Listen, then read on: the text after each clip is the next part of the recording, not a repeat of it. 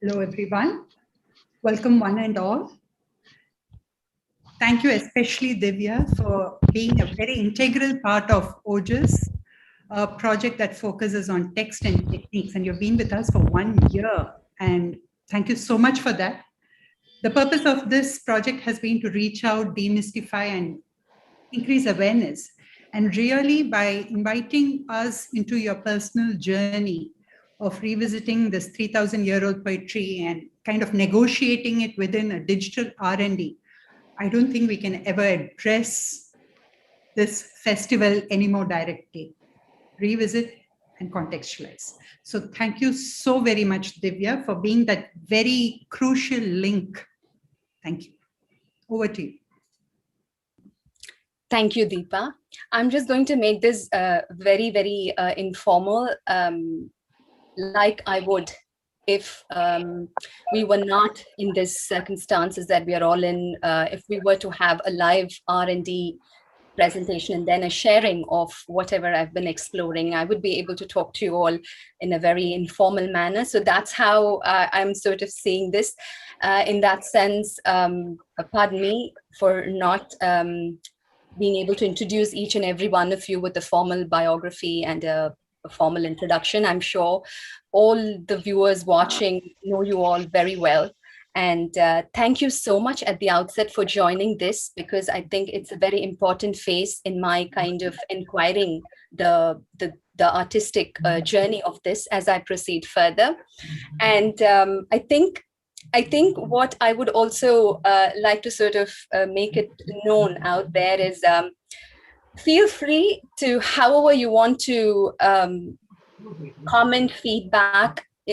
I'm aware this is being live streamed, but that should not, and deter you in sort of expressing whatever you feel, because for me it is very important. I know what and how this comes across, because that will really help me shape the next step almost.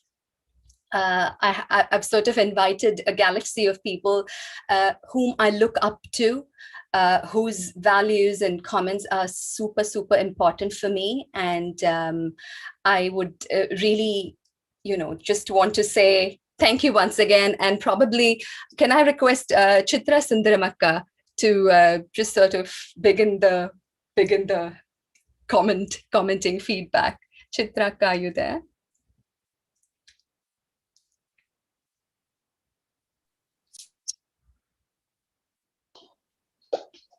Has she joined? Yeah, she's there. I think she's muted by mistake. Hi.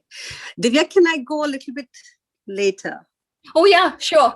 Okay, let's make it super informal. Yeah, because I would the kinds of comments I'm going to give you are going to be very rooted here, and so I would like to go last if possible. Okay, then maybe I should just invite whomsoever would like to go first. Emily, Anitaka, whomsoever. I think a very interesting thing that Anitaka pointed, that she's worked on this particular poem before. So I'm so excited and curious to hear what she has to say as well. But yeah. Emily wanted to go. So Emily, please. Oh, I'd be very happy for Anita to go first if she'd like to. Okay, I will start. Leap in here. Well, thank you, Divya. As I said when I came onto this call, I just wanted more, and I think it's wonderful to to leave an audience going, give me more of this beautiful thing that you're creating, evolving. I got a real sense of the kind of ebb and flow, the layers. I felt like I was going between sort of pain and beauty a lot, I think I was very, very affected by the singing. The music is just extraordinary, completely transported me to this other place. So Divya and I have been in a conversation for the last, 3-4 years about accessibility, and coming from a very UK Western theatre perspective. I'm a theatre director, and I've worked with Divya on musical theatre, bringing the language of classical Indian dance into quite a Western perceived form. And I've worked with Divya's pieces, and a lot of our conversation has been about accessibility. So I wonder, is that a good angle for me to come in on? Yes. So for me, I think the music and the sound is an immediate access to emotion. So with the sound, I'm feeling things instantly. I'm with you, and I think the biggest questions for me are around how much of this poem you want or you need an audience to understand. So obviously I'd read the lines that you'd given in advance. I heard you talking about it beforehand, so I felt very equipped to come to it and go, okay, I know I'm in this territory of sleeplessness and the kind of the peace of the context, but the restlessness within. I'd kind of been fed all that, so I was able to watch it with this kind of absolute sense of I understand her. I understand what this woman is going through. So I'd be really interested in on where this might travel if you wanted to go, well, actually, people don't need to have read the programme, read the poem. What happens if we just stumble across it on the internet? What happens if we come to a performance? And I think that's a real challenge and very intriguing, but something I know you're brilliant at. So my questions would all be around, how much do you want us to understand the poem itself, those lines, those beautiful words? Where do they sit within all this? I was making up story, because we watch, we make up story, and in my mind, I have no idea if this is what you're intending, but in my mind, the black and red sari is the pain of being awake and the flickering eyes, and I was seeing, whenever there were very strong colours, I was seeing the kind of the trauma of sleeplessness, I guess. And then when you were in the white, and if there was whiteness all around, I'd kind of gone, she's made it, she's fallen asleep, or she's connected to this beautiful peacefulness of the quiet of the night. So that was the story that I, as a theatre maker or a theatre person, I was kind of going, yes, I've got some story here. And as you know me, I will always want to hang on to those images or those things that you can give me that I can kind of connect with and go, okay, story. And as ever, I was intrigued by all of the gestures. I was really intrigued by the writing on your wrist and your arm, and kind of, and hungry for more, hungry to go, I want to know a bit more. As ever, you've kind of given out this beautiful aesthetic and this kind of tantalizing beginning, and I'm really excited to see where it goes, and how I, as an audience, can be more and more drawn in. And so just one last thing on the filmmaking side, wonderful work from Jo. I mean, I love the way she meets you in your work, and the kind of the staccato-ness I loved, because I feel that's quite, I don't relate that necessarily to your form and the way you dance. To have that kind of frame going, I'm not going to be allowed something beautifully smooth and complete movements. I'm going to be, caught off guard a bit. And I really enjoyed that, and wonder how much further that can go as well, because that has a really quite a disturbing effect. So I think thanks, Emily. I think one of the questions that I was wanting to sort of, lay out there for all of you was, does this need to be contextualized? Does it need like you're saying, do we need to tell the audience what it is all about? This is something that I wanted to ask all of you, in fact. And the other thing with regards to Jo, yes, I think up until Jo came on board, I was actually envisaging this to be a kind of stage performance kind of a work. But soon after she came on board, everything changed, and we just thought, let's not go down that known route, or a much used route for me, given my track record. And I thought, okay, let me just try something completely different. So for both of us, this is something that we are trying to unravel as we go along. Thank you, Emily. I think Anne's taking next. Yeah, sure. Yes, Anne. Okay, well, I'm going to follow on quite a lot of what Emily has said. First of all, it was really exquisite and definitely left us wanting more. And I think I had a question about what you feel might be coming next, where you feel it's leading. So that was one thing. But just on this point about accessibility, your discussion at the beginning, you're giving us that entry into it with your thoughts, actually was so articulate, was so beautiful. It was like a poetry in itself. And I just wondered whether you're thinking at all about having some conversation within the piece from that kind of rumination, as you described it. That, you know, it certainly took me into a very deep place, and it was very, very articulate. It was very beautiful, and I think it deserved a place within the piece. The filming and the editing was also exquisite. Loved it. So I think that's really all I wanted to say at the moment. I think there'll be more as we discuss, but those two things, where you think it might be going, and then this, I think, some voice outside of the poem from yourself would layer it again more. Thanks. Thank you.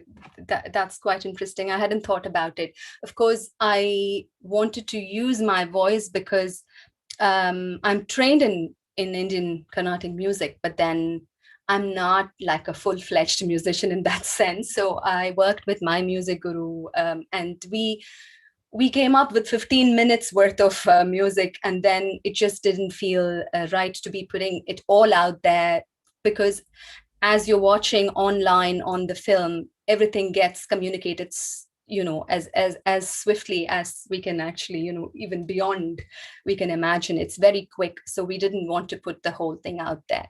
But yeah, thank you for that. And thank you so much. I'm also really quite interested in asking Raghuraman sir what he thought, because I think very early on, sir, ninga audio idu pandrilla.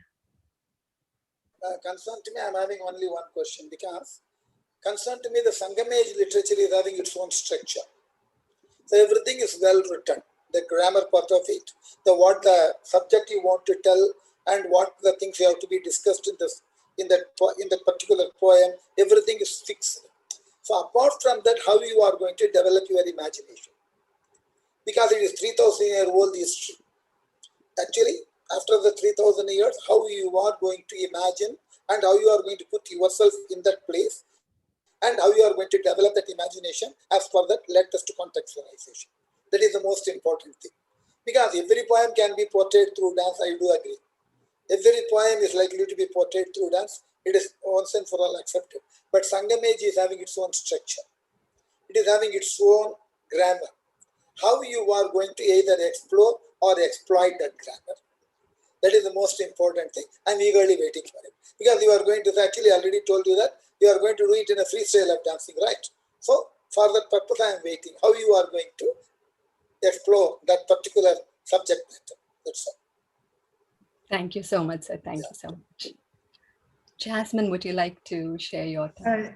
Divya, before we move to Jasmine, with your permission, I was just remembering all our classes with Sir, and this always was a question in our head, right, Divya?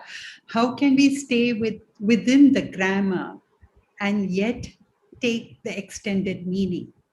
You know, where does the license, the artistic license, stop or allow us? So I think this has been a question that we have been grappling with for 1 year. Instead of the artistic license is stop, where it is going to start. Fair enough, absolutely. That is the most important. Yeah, that is the most important. Yeah. Thank you, sir. Thank you, sir. So we have been grappling with this for 1 year. It has taken so long to come to this. One more step after another year, I guess, Divya. Thank you. And Jasmine, please. Yeah, please. Yeah, I think it's really interesting hearing everyone's thoughts, and obviously not being immersed in these traditional art forms, you know, what's interesting for me is around context and how much you contextualize it, because it's actually, you know, what I enjoyed was in your introduction, which I agree with Anne, was kind of really beautiful, and it was artistic in its own right, but it was just really interesting to hear the relevance, you know, to yourself of this words in this modern context, even, you know, it's thousands of years old, but it's still about the human condition and something specific.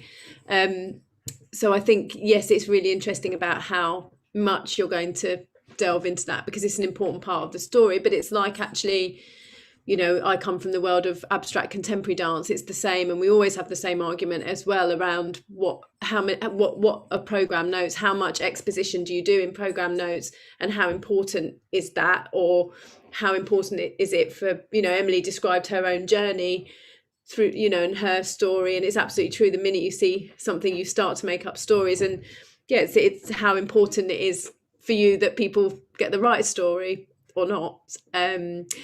And the other thing I was going to say, just, gorgeous filming from Joe, and so happy to see the collaboration between the two of you. But I mean, I just loved those opening moments with that extreme close up. I mean, your face, Divya, the expression, the tears. I mean, it's just, I could watch an hour of that. Really, just your face it's so expressive, and the narrative and the feeling and the emotion together with the hand gestures, I just thought was absolutely beautiful. So I'd love to see more of that as well.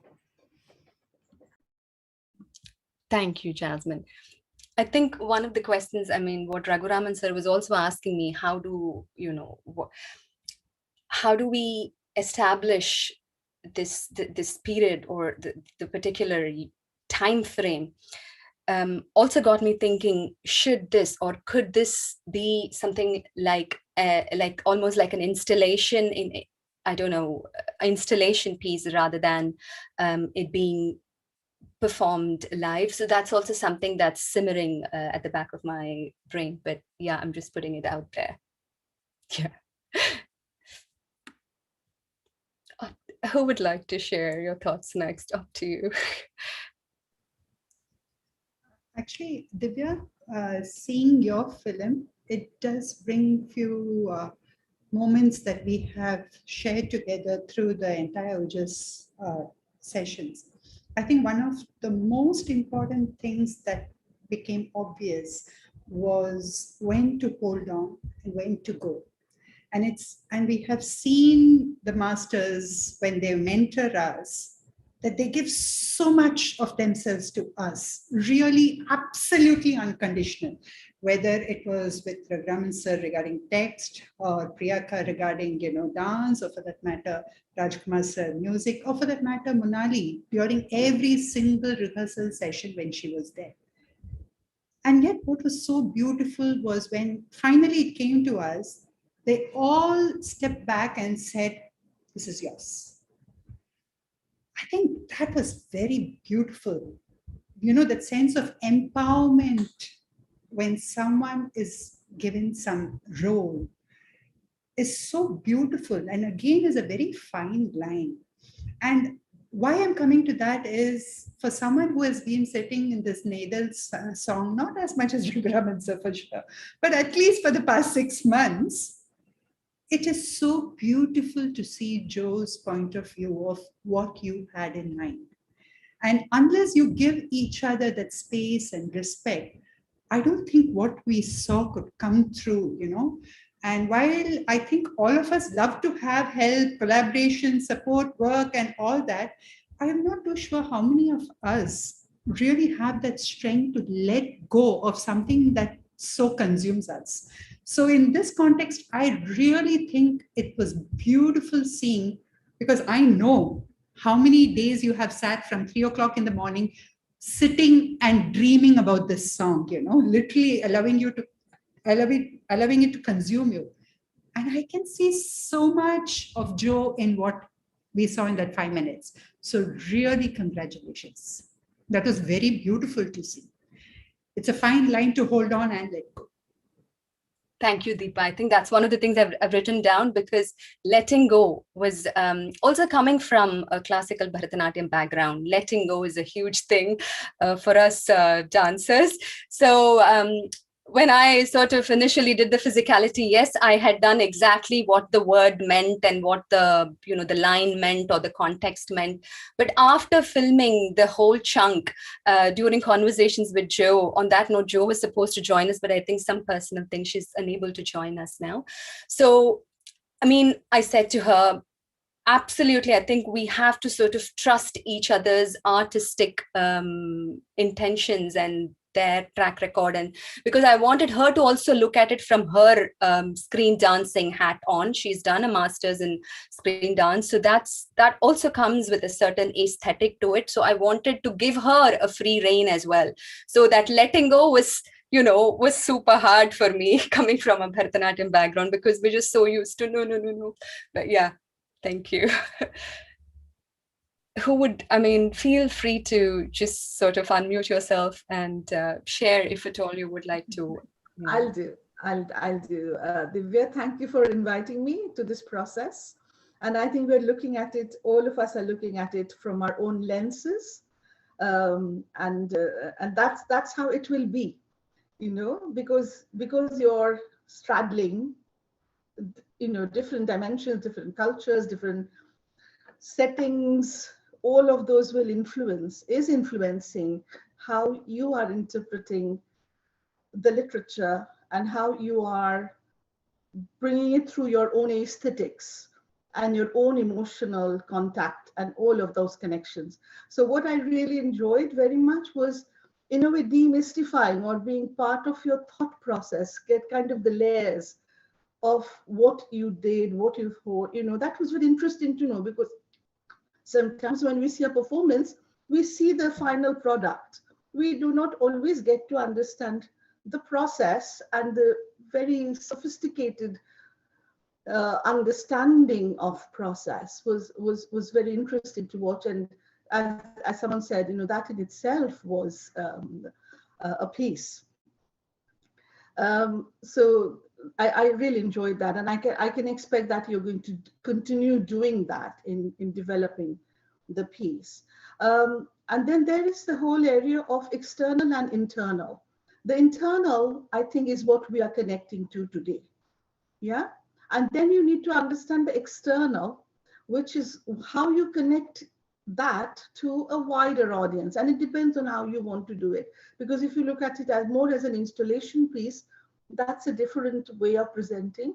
If it's a performance piece, then you have to kind of respect that there will be an audience who don't understand the language or your aesthetics, haven't been part of the process. So all of that has to kind of come in, into the process.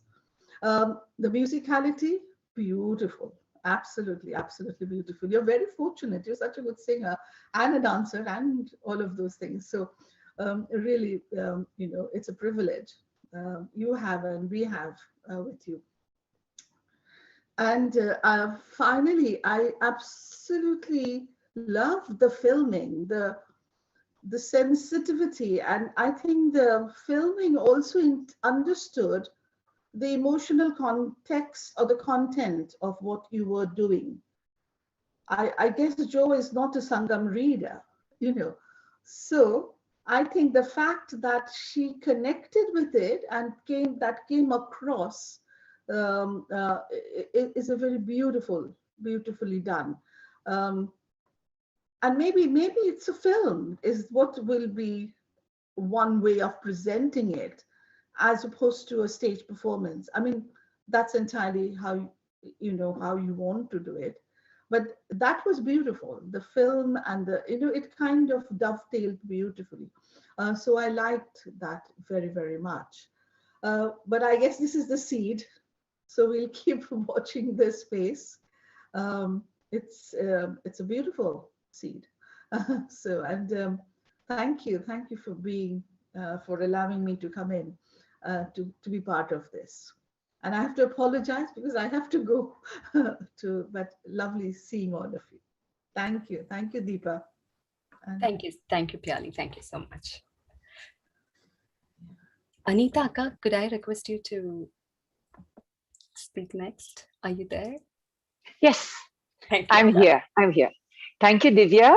And congratulations to Ojas, to Deepa, and for this phenomenal work and for bringing back the love and attention to Sangam poetry.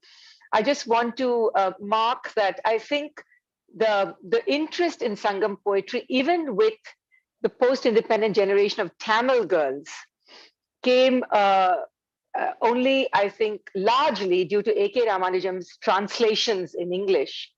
And they came in the 80s, 1980s, and it sort of um, threw up an enormous, enormous wealth of, my gosh, we have this, being Tamil myself, Divya. So in my dance, in my years of dance, I had never, negotiated Tamil poetry. My gurus didn't. So I would like to just mark A.K. Ramanujam's contribution and to say that you are probably the third generation of Bharatanatyam dancers looking at Sangam poems. So they've now become very popular in dance repertoire. For me, there is a sophisticated compactness in the Tamil, in the words. They are not set to a meter.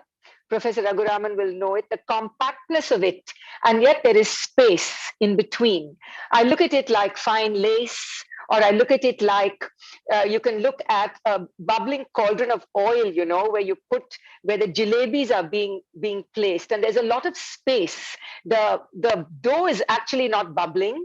The dough lands very softly, but the oil is bubbling in between. So it has that kind of a compactness, but it encloses a world. And so being familiar with Tamil, my questions to you will be very different, and so will my reactions compared to those who live in the UK and who have a very different cultural context.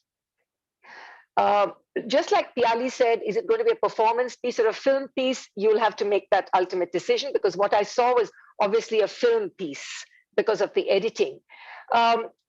This particular Agana Nuru Ullurai poem, I think, is located in Neidal. Is that correct? Yes. So the Neidal is a seashore, which is one of the landscapes. And the Neidal is also, the emotion is of pining, wanting to join, wanting to recognize the separation and wanting to join. So my question to you is, what I liked, I love the close-ups on the face. I was distracted with you getting up and dancing, Divya, to sort of show. But what I did appreciate, that you never actually turned around like a Bharatanatyam dancer and sort of did something to say, I cannot sleep. You allowed the camera to capture you in various moments. If you are going to do it as a film, I think you need to ask some more questions, which maybe director would. Are you alone at that night? Are your girlfriends around with you? How quiet can you be? Where are you? Why are you not on your back, tossing and turning? Which hour of the night is it? Why is your hair and bindi so neat? There has to be something in between there. Are you impatient? Are you a bit angry? It's all too gentle for me right now. It's all too pretty for me right now. I don't see that inner restlessness that could perhaps give you a dramatic arc in your own emotional, journey in that work. So when you say, I think A.K. Ramanujam's words were, the world sleeps, only I am awake. So I think he uses the word awake in his English trans. And I think just that is enough. Even if you take that is enough. Even you don't need the 4 lines, you just need that. So my suggestion, or maybe my thoughts, would be the music also, while it was very beautiful in many parts, the use of the tanam, I would ask you to rethink that, what is the tanam for? Is it for the steady ebb and flow of the waters that are nearby? Why are you bringing the Tamil text only at the very end? Why is the entire poem not spoken under your breath? In Tamil, So I have all these questions in my mind, but I'm also looking at the film and saying, yes, okay, this if I'm looking at as a film, as a dance film, then there are some very beautiful camera moments, and I wouldn't even change costume color. I just wouldn't. I would just have you in any one thing that you choose. The simpler, the better. And if it's a film, I would just like to focus so much tighter on your face, or your feet, or or your fingers. And there were many parts that were beautiful, but I just felt there was too much going on, both in the sound design and in the visuals. This is an R&D. I know what you're doing, but looking at you as the performer, I'm just asking you as a performer. The moments were all sort of quiet and restrained and worried and anxious and thoughtful, but I didn't get the restlessness. When you say the whole world is asleep, only I am awake. I didn't get that contrast, at least not yet. I'm sure you will work on it. But I also want to say, and Gauri and Chitra will agree, I mean, when we were growing up, we didn't have these amazing opportunities, okay, to have mentors talk to us and have R&D and things like that. We just got into class, we just learned and we just did it. And then we just waited for the critics to either say well done or tear us apart or whatever it was. So I think you are very fortunate, and your generation is extremely fortunate to do that. So I just wanted to just share these thoughts. I don't know where your final avatar is going to be, but maybe it would be really interesting to see it on film, to see this work on film, because then you actually translate it completely. Because as a stage performance, you will follow in the long line of Bharatanatyam dancers doing Sangam poetry. So you'll have to find a very different way of doing it. As I said, there's a sophisticated compactness where you're actually whispering. The Agam poems are all whispered. And it's like you catch a word and you catch a feeling. It's fleeting. It's not overtly stated, like the Puram poems or the war poems. So thank you for this opportunity, Divya. I think it's been lovely to be there. Congratulations once again to Deepa. Raguraman sir, I think you're also expecting to see the final version, like I am. And thank you all for listening to me. Excuse me, I will have to go. And there are too many things, too many pressing family home issues to take care of. So all the very best. Yeah, thank you. Thank you so much, Anita. Lots of food for thought. Thank you, Ka. Just a moment before you leave, actually. Yes.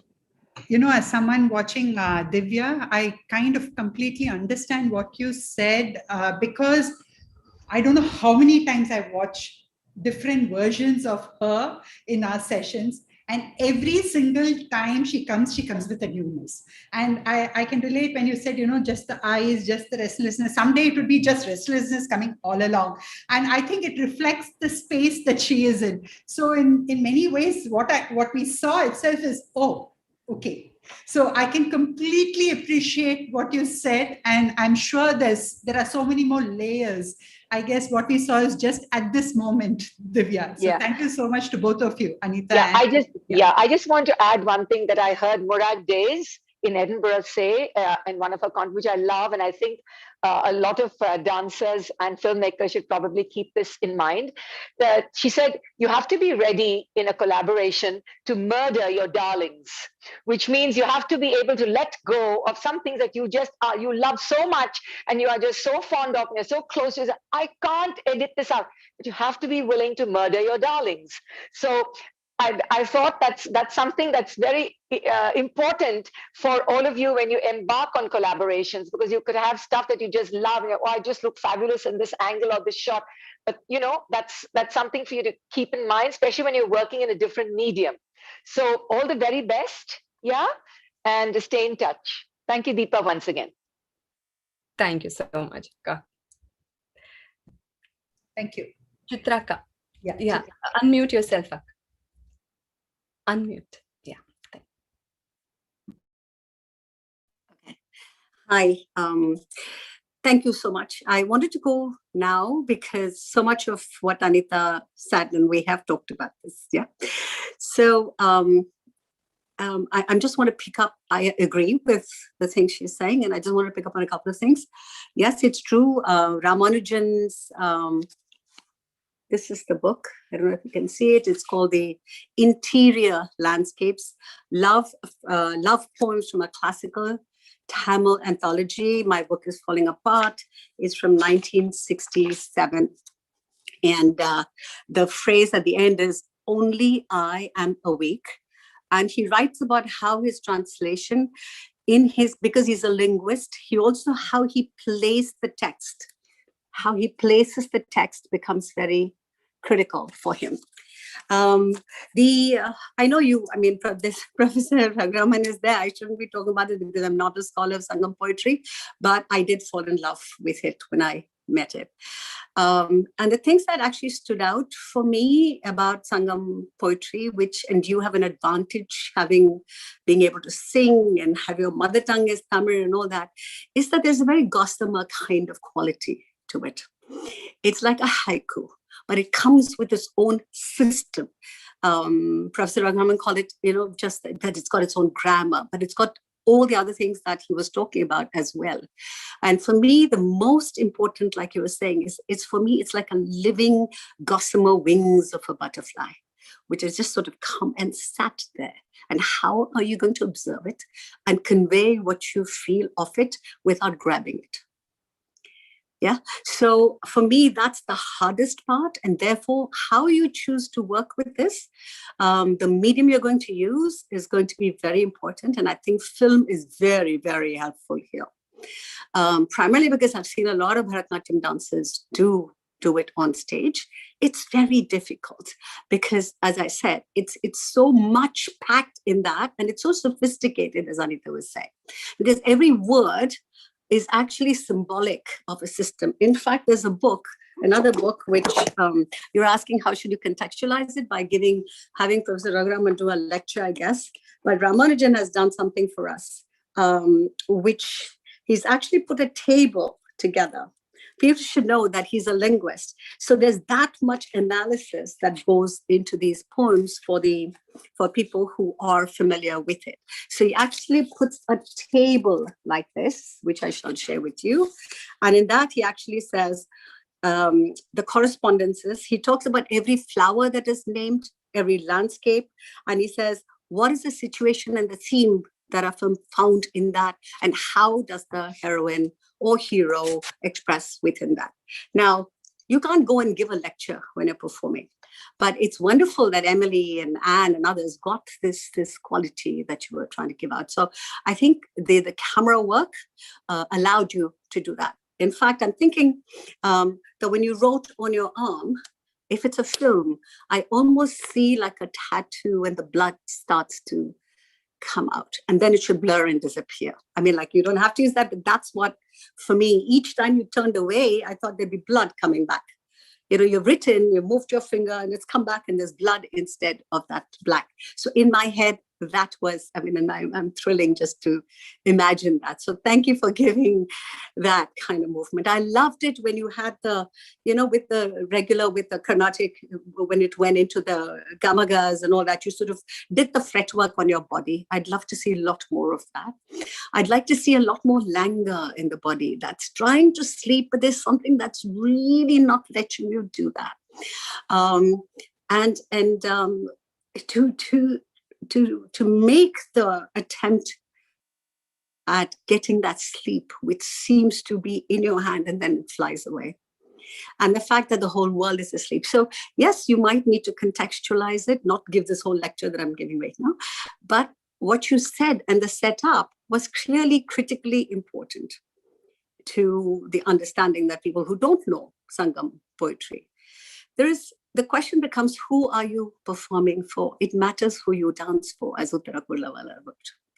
So sitting here in the UK, looking at who's funding you, looking at where you're going to be performing it, how do you make sure that you're going to be able to reach who you want to reach, and what are the compromises or what are the new equivalents you're going to get. So there are a whole bunch of questions I have for you to think through.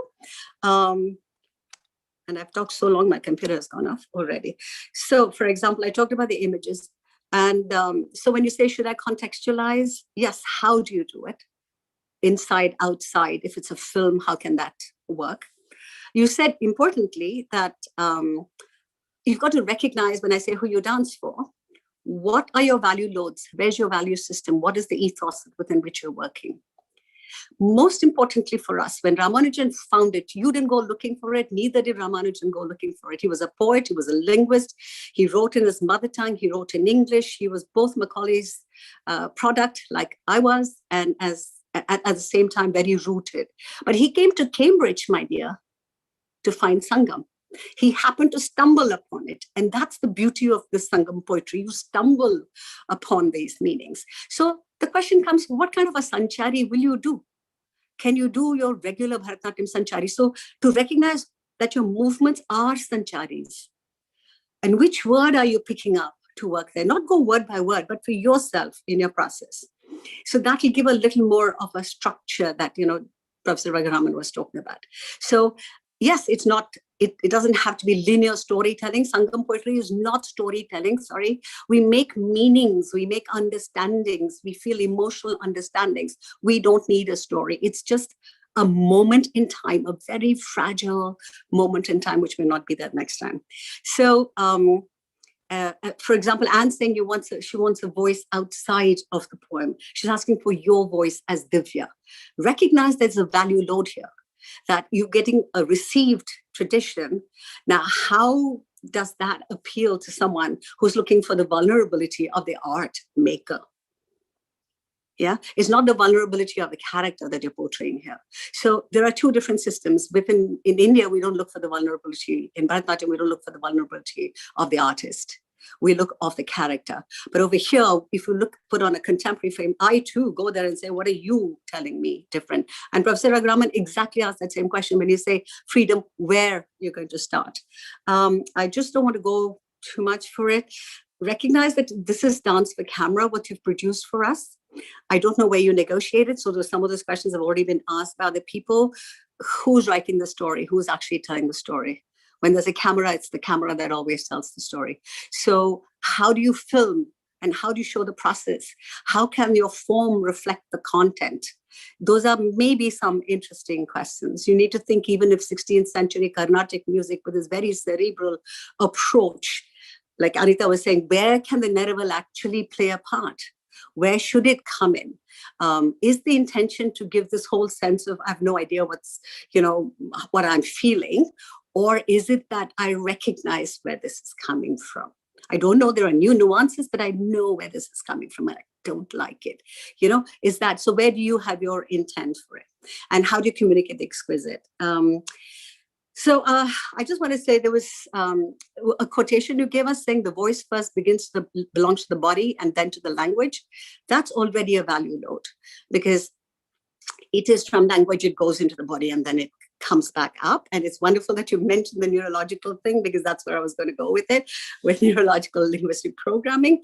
So it's once the body knows and the mind has thought about it, it's back in the body. So it's yours. So that's wonderful to see how you're doing that. But like we say in quantum theory, there are myriad directions in which you can go. But the moment you choose that, all the other possibilities disappear. So it fixes. So I'm saying reach out for these gossamer wings as lightly as you've done. Fantastic. Thank you for having me. Great panel you've assembled. It's wonderful to hear everybody. Thank you so much. Drop my phone. Thank you. Thank you so much, Chitraka. Yeah, I think the vulnerability is a huge thing because that was one of the things, the camera coming so close on itself, that really pushed me to a state of a vulnerability already because, we were making those choices and decisions. Is it all right for me to come close? How do you feel? So, yeah, but yeah, I completely take on board what you're saying. Absolutely. Thank you very much.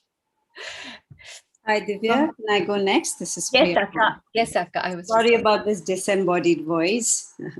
Excuse me, everybody. First of all, wonderful hearing everybody. So lovely to hear different points of view, and fantastic. Divya, I really enjoyed your presentation. There was just, it was very interesting that Chitra was talking about translation, I think. I heard Dr. Velichuri Narayan Rao, who has collaborated with A.K. Ramanujan. He was talking about the translator's role.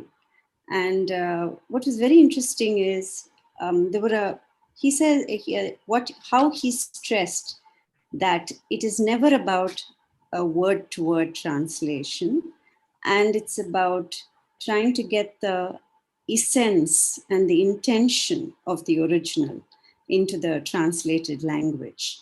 So the choice of words, getting the atmosphere, getting the sense of what, even the oral sense, etc. I think that was very interesting, his viewpoint. And I think as performing artists, we're also translators, isn't it? So we visually translate what is written and what is spoken and what is sung. And that, I think, is very interesting, because then we need to absorb the intention, the essence, etc., right? And it's internalize that, and then try and communicate that, whether it's a personal viewpoint or through the character. That's a choice that you make. But what I found very interesting about what Raghuraman sir felt was that contextualization. While I absolutely, I mean, you know, as an artist, you have the freedom to either literally use certain contexts or not, or do that's absolutely up to an artist, up to the performer.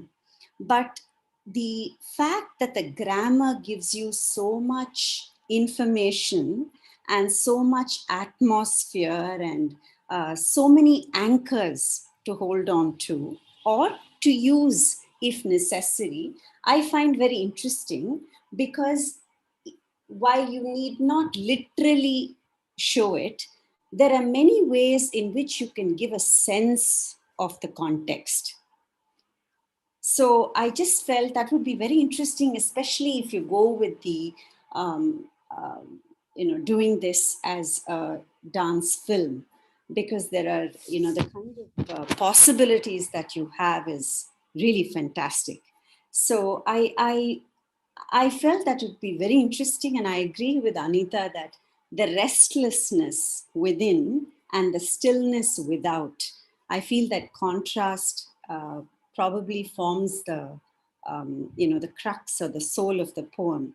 And there are, giving it that feel of the poem from a Sangam era, from a very, to give a sense of that period. Whether how you do it is entirely your imagination as an artist, but when you internalize the poetry and the grammar, then different abstractions of it are possible, I feel. So I love the tight close-ups, and I especially loved the close-ups of the eyes, because I feel that the eyes play a very important part in this poem, because she sees through the eyes, etc., and also she wants to close them as well, isn't it? So I just feel that playing with the movement of the eyes or watching through the eyes was very interesting for me, and very well done, Divya. Just a few thoughts. Thank you for this, and thank you for this lovely, panel and session. Really enjoyed it. Thank you so much. I think Priyanka is just watching it for the very first time after all the conversations. So I was really eager to know what she felt after all the discussions I've had with her. Thank you so much, Priyanka. Unmute Priyanka is going next. I was just going to, actually everybody has said everything and there's not much to say, but except of course, congratulate all of you. Deepa, I particularly want to thank you for putting this festival together. It seems so interesting. Thank you for taking the trouble to bring something together which is so well thought out and so well wrought. And Divya, I totally enjoyed this performance of yours today. I think, as you rightly said, this is a work in progress. So I don't think criticism is of great use, but certain thoughts that we share, like everybody else has shared, I'm sure would be of great interest to you.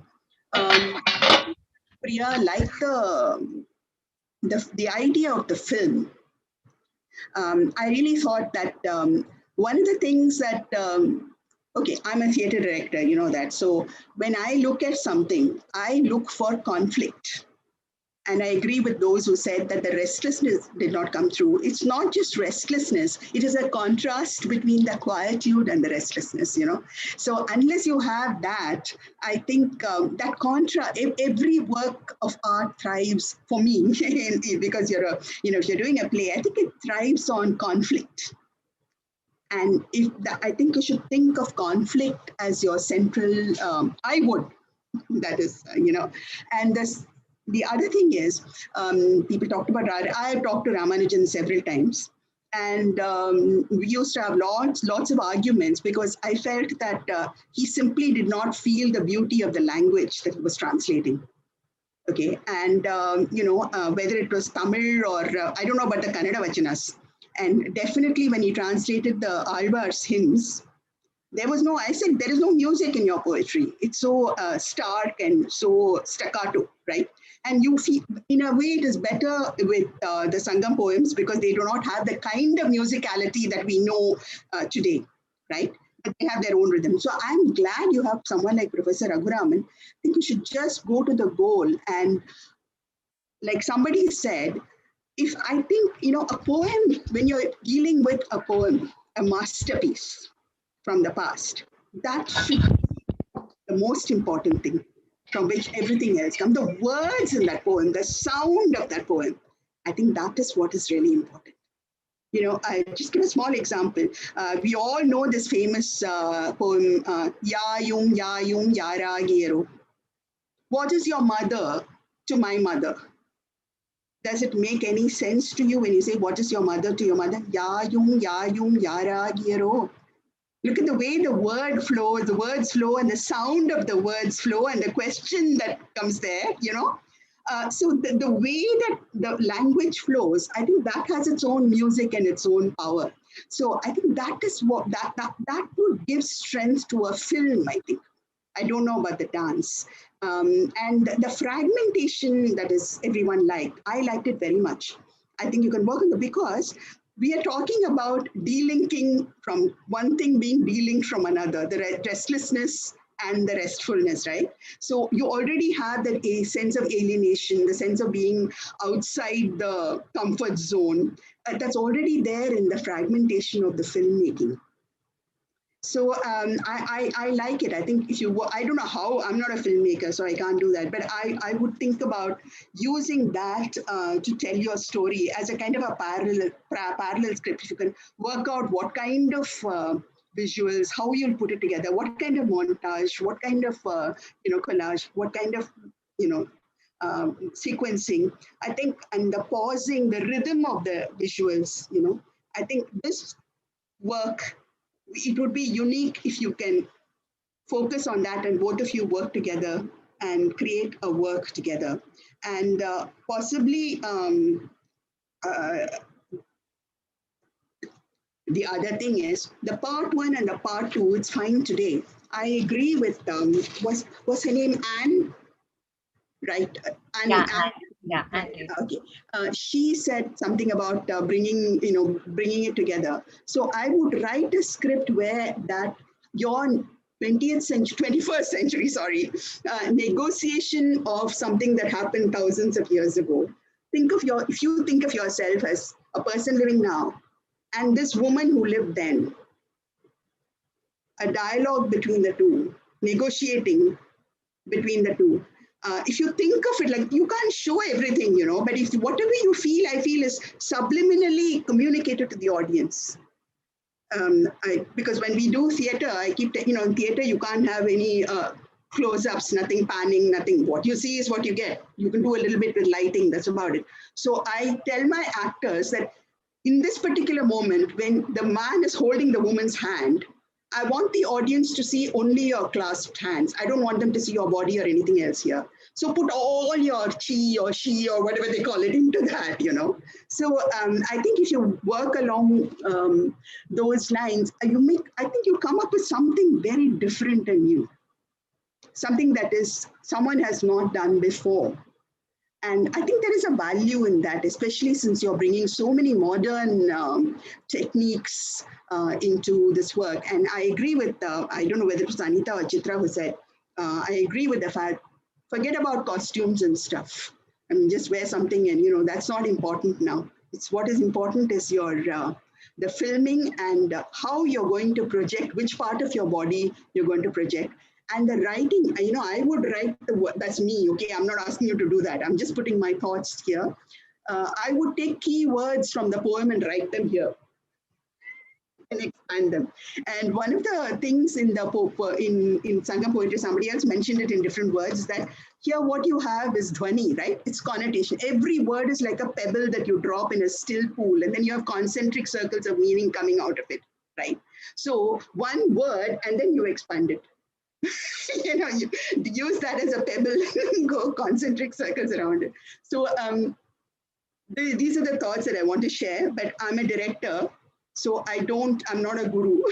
So usually when I talk to my actors, I tell them, these are my thoughts, what are yours? All the best to you. Please congratulate everyone who was involved in this project, I think, and you're so lucky you have someone like Professor Raghuraman. And of course, what will we do without Rajkumar Bharati? All the best. Thank you so much. That's so wonderful to, think of it from that theatrical perspective. As you're saying it, I can actually start visualizing it, but that was so beautiful. Thank you so much, Kavati. Thank you. Claire, are you there? Claire from Trestle Arts? Yes. Yes, you are. Hi, Claire. Hi. Hello. I'm just passively watching everything because it's fascinating to me. Just so everybody's aware, my training isn't arts as such. I'm more finance and operations.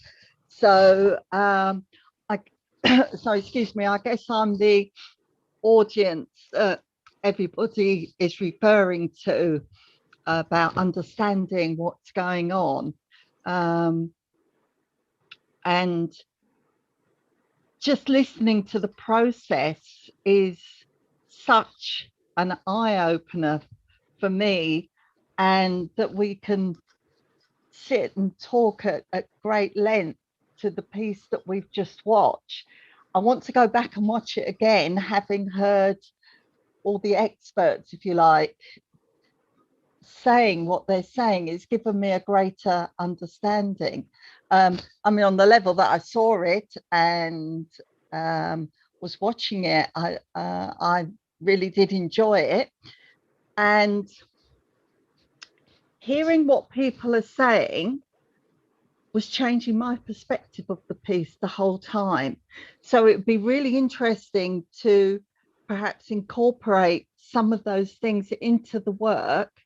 So for someone like me who's completely unfamiliar with this type of work, would have a better understanding. You talked about an installation piece, which I really love that idea. You did an installation piece at Trestle before, and what I like about that particularly is you can choose what you take from that, and if you have things around it maybe that can help people understand what's going on, you can choose whether you look at that or you don't look at that. I did agree as well about hearing your voice maybe in there, that your voice is so lovely that maybe the odd word here and there, for if you're showing to a Western audience who has no idea, would give some more context. So yeah, I'm just really enjoying sitting here watching and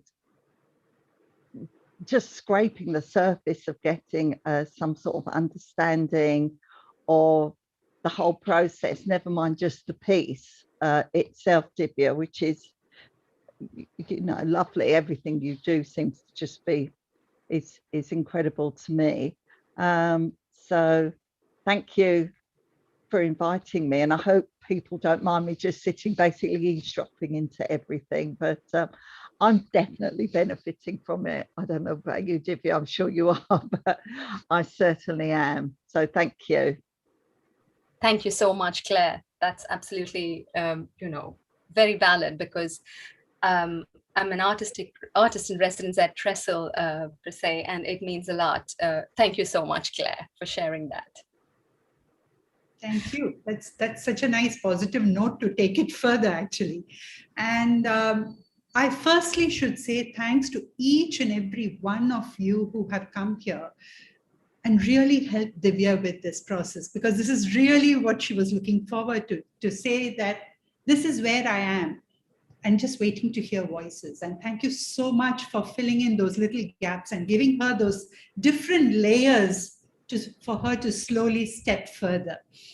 I will take it from that lovely note that Chitra was mentioning about how A.K. Ramanujam had to come all the way to Cambridge to find Sangam. And I would go back to that because I must admit, as we have experienced in the class, that by no means any Tamil-speaking person in UK, in India, or anywhere is ever going to remotely understand what this is, unless we really have a teacher like Raghuram sir or a few other experts like him. So yes, we need to reach out. It's out there, but it's not something very specifically Tamil or South Asian or anything. It is way beyond. And in today's world, where the whole world has become a stage, it is about reaching out and making these things accessible.